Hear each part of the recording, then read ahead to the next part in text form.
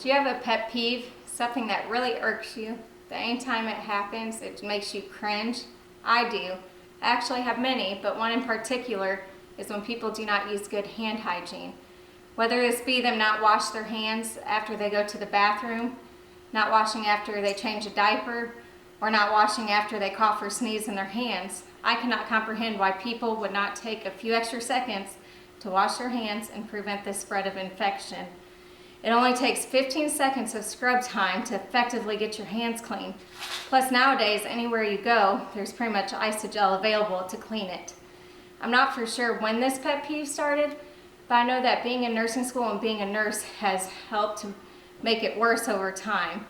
I think it's because in nursing school and in hospital policies, they drill into your head how hand hygiene is very important, and that's the #1 prevention of cause for spread of infection.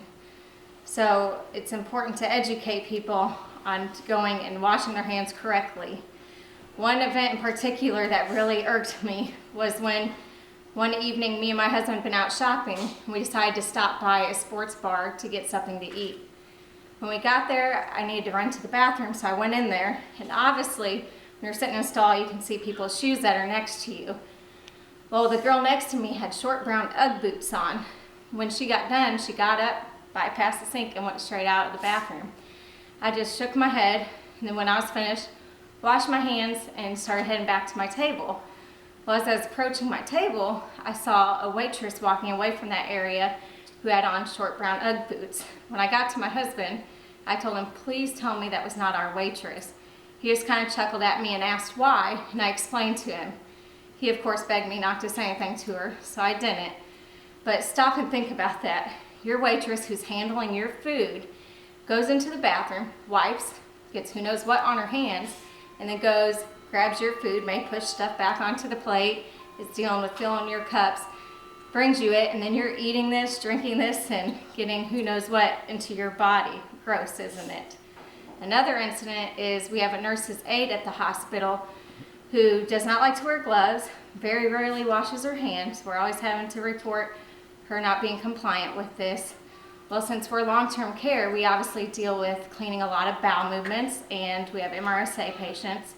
So not only is infection being spread between patients, but also to anybody who she comes in contact with.